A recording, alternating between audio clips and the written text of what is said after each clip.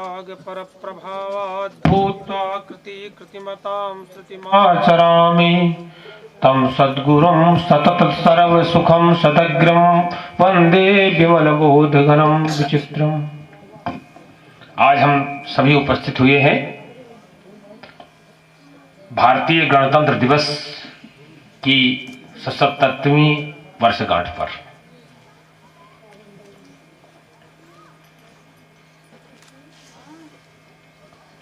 अभी हमारे पूज्य गुरुजी ने गणतंत्र के बारे में बता ही दिया। देश आजाद हो गया था 15 अगस्त 1947 को। अब उसके लिए एक विधान चाहिए, और विधान से जो समाधान होता है वो वास्तविक समाधान होता है, और जो अवैधानिक समाधान होता है वो व्यक्ति को अशांत करता है, अचेतन करता है, पतन की ओर ले जाता है। तो उसके लिए एक तंत्र चाहिए। तन्यते विस्तार्यते ज्ञानम अनेनिति तंत्र, जिसके द्वारा व्यक्ति का विस्तार हो, जिसके द्वारा हमारे राष्ट्र का विस्तार हो, विकास हो, व्यक्ति के राष्ट्र के एक एक प्राणी का विकास हो, उसका संरक्षण संवर्धन हो, उसके लिए एक तंत्र बनाया गया।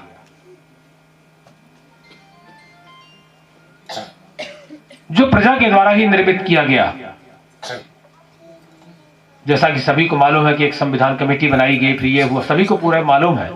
तो वो प्रजा के द्वारा ही बनाया गया, और वो लागू हुआ आज के दिन 1950 में।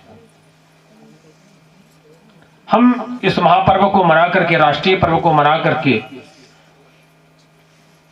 ये सतत संकल्प लेते हैं कि हम उसी विधान के अनुसार चलेंगे, उसी विधान का पालन करेंगे। सभी के प्रति सद्भाव, सभी के प्रति समरसता, सामाजिकता, सभी को सुख देखने की और सुखी करने का चिंतन।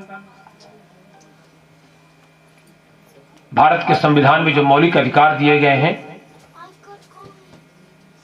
वो इसी को ध्यान में रख करके बनाए गए हैं। अब वो भले ही कि हम उसको ना पालन करें, तो जब नहीं पालन करेंगे तो स्वयं दुखी होंगे और दूसरे को भी दुखी करेंगे हम, क्योंकि व्यवस्था तो व्यवस्थित करती है, और अव्यवस्था स्वयं को अव्यवस्थित करती है, दूसरों को भी अव्यवस्थित करती है। अभी आपने देखा, मैं कहा करता हूं दर्शन की भाषा में कई बार कहा करता हूं कि अच्छाई और बुराई भी संक्रामक होती है। अच्छाई और बुराई भी संक्रामक होती है।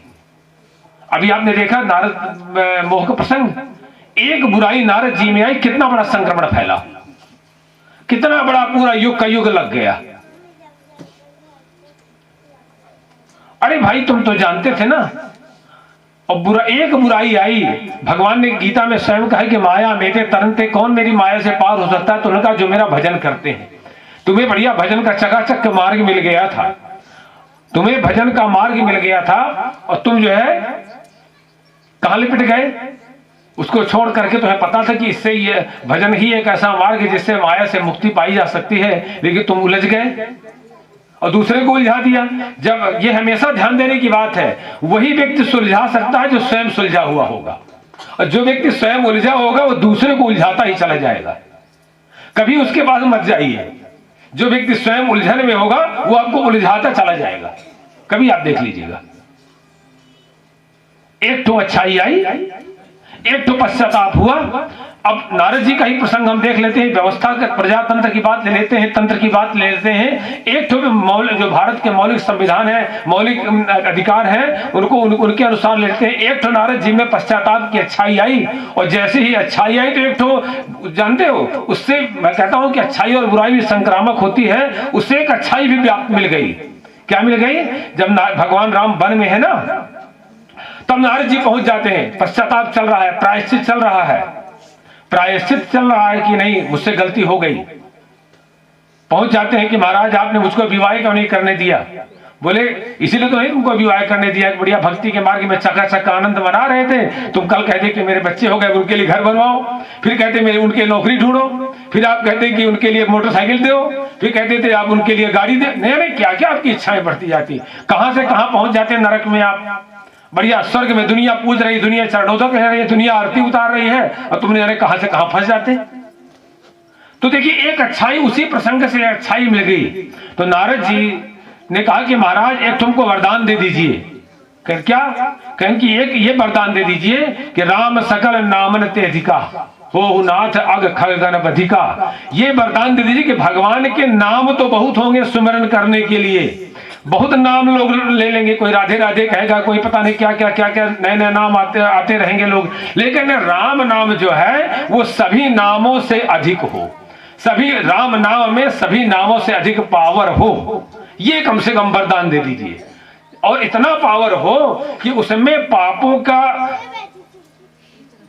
रूपी जो पक्षी है उसमें इतना सामर्थ्य हो जाए कलयुग में या सभी युगों के लिए कि पाप रूपी जो पक्षी है उसको मारने के लिए बिल्कुल बहेलिया के समान हो जाए। ये बड़ी भारी अच्छाई ही मिल गई ना। एक ही घटना से देखिए इतनी, वो प्रसंग वहां पर, वो प्रसंग का उपसंहार कहां से होता है, राम सकल नामन ते अधिका तक। इसीलिए मैं कहा करता हूं भैया कुछ न जपो यार, दुनिया की बातें मत पढ़ो, कलयुग के लिए राम नाम जपो, जब राम नाम कली अभिमत दाता। और ये नचैया आकर के वहां के वृंदावन के दुनिया को फैला दिए। सही गुरु जी कह रहा हूं ना, नहीं 40 साल 50 साल पहले जो है, 30 साल पहले गांव गांव में भैया सीताराम भैया राम राम चलता था। बच्चों को, हम लोग छोटे छोटे थे, पिताजी लेवा के गांव के बड़े जो गांव के प्रधान ये धराट लोग हो जाते थे, कहते थे बेटा सीताराम करो बाबा से, भैया राम राम करो। अब ये पता नहीं दुनिया के नचैया आकर के पता नहीं इन लोगों ने क्या फैला रखा है रायता। हाँ, ये दुनिया के रायता फैला रखा है इन लोगों ने। सही बताइए। अभी मेरे यहाँ मथुरा के लोग चिकित्सा कराते रहे, कहते रहे कि गुरुजी गांव में जब हम जाते हैं तो राम राम ही बोलते हैं हम लोग। सही है ना, पूजा गांव में जाते हैं तो राम राम ही हम बोलते हैं। और जो कोई राम राम ना करेगा तो कहेंगे पता नहीं बड़ा मूर्ख है। ये भी बताइए, मैं असत्य बोलता नहीं। उन्होंने कहा कि जो राम राम नहीं करेगा कहते हैं बड़ा मूर्ख लड़का है, ये राम राम नहीं करता है। वो पता नहीं ये उधर के नचैया आके ऐसा रायता फैलाया है इन लोगों ने, तो कि मैं क्या बताऊं, मैं तो बड़ा परेशान होता हूँ इन रायता वालों से। जैसे ही मेरे यहाँ कहूंगे तो कहते तुम चुप रहो, तुम सीताराम कहो मेरे मुंह से, तो मुझे अपना ज्ञान ना दो। तो ये बताने का मेरा मतलब ये है कि ये तंत्र की व्यवस्था है। तंत्र का मतलब विधान विस्तार, उस तंत्र के अधीन ही हमको चलना है, तब हम व्यवस्थित रहेंगे। और इस गणतंत्र दिवस मनाने का हमारा यही अंतिम संकल्प और सतत संकल्प और नित्य संकल्प होना चाहिए। इसी बात को कह करके मैं अपनी वाणी को विराम देता हूं। बहुत बहुत कृपा।